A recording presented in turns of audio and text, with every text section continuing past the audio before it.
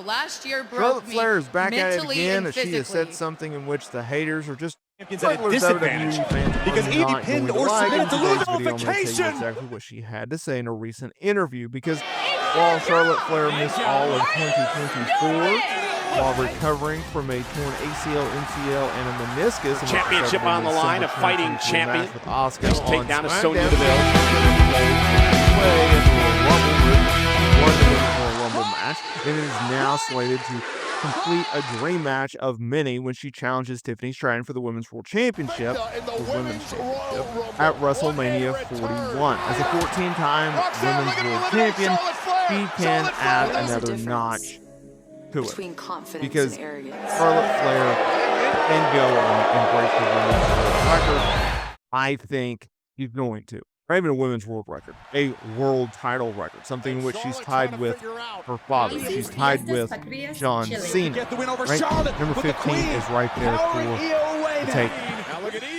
However, since Charlotte Flair has returned to WWE television, there has been a lot of criticism of her.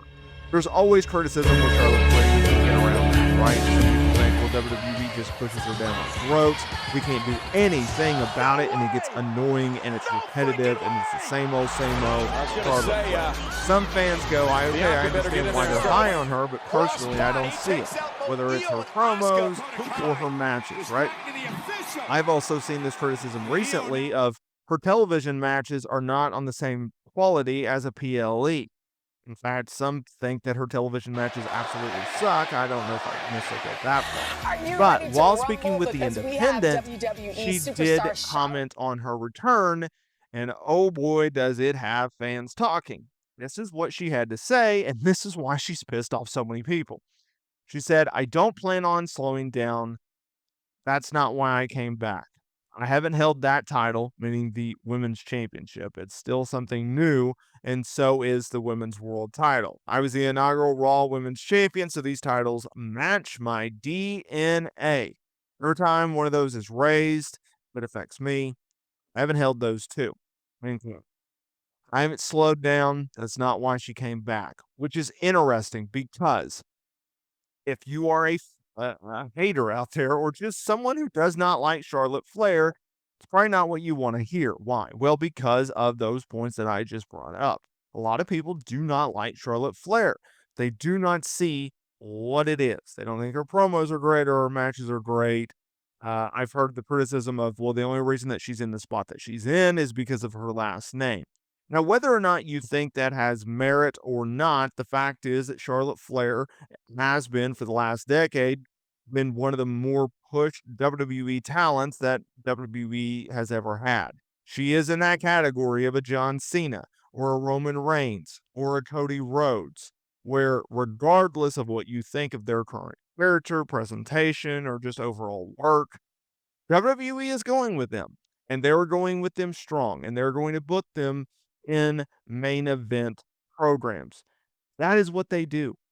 They see Charlotte Flair as a top tier main event, move the needle type talent.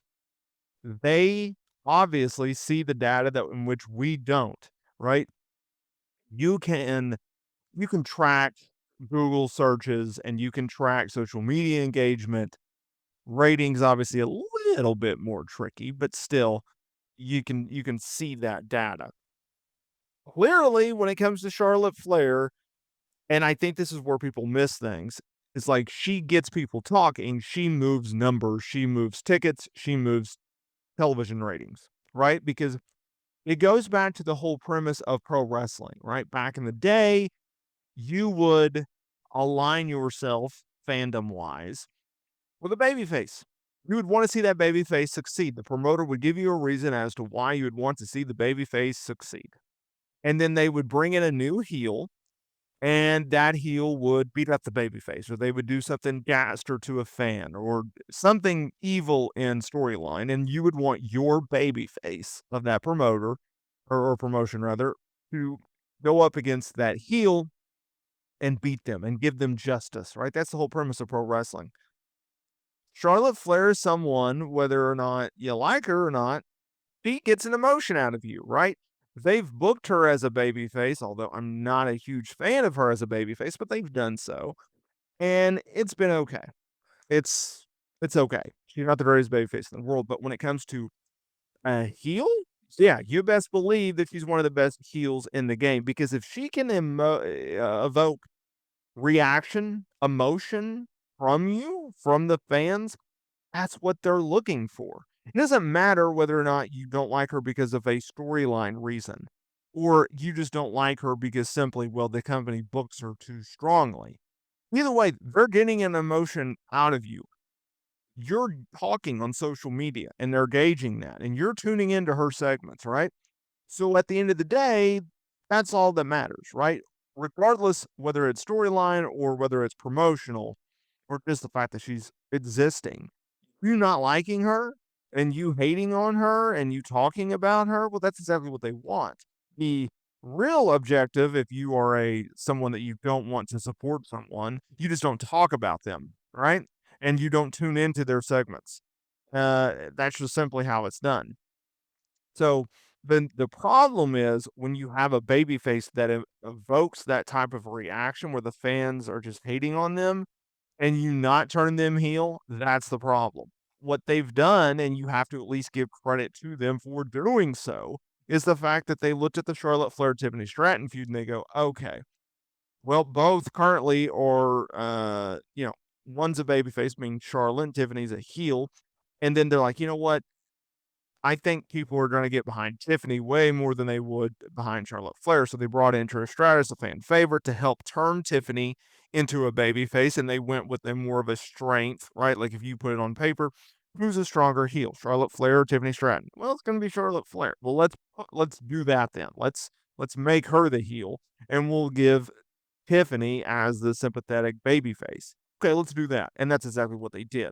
So, like, you may not like the fact that Charlotte Flair is back in the main event scene. You may not like the fact that she won the Royal Rumble and she's challenging for the title at WrestleMania. And you may not like the fact that there is a very good possibility that she's going to go to WrestleMania, challenge and dethrone Tiffany Stratton for the Women's Championship.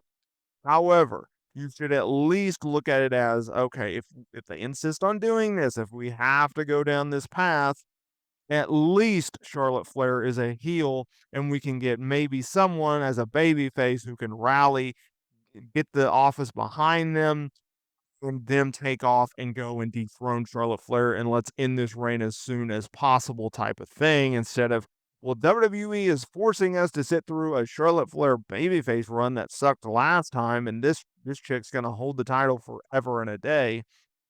You know what I mean? Like, I look, it's very easy to complain about everything, but at least try to find a positive or a positive angle of getting out of whatever you don't like as fast as possible, but in a, you know, effective way.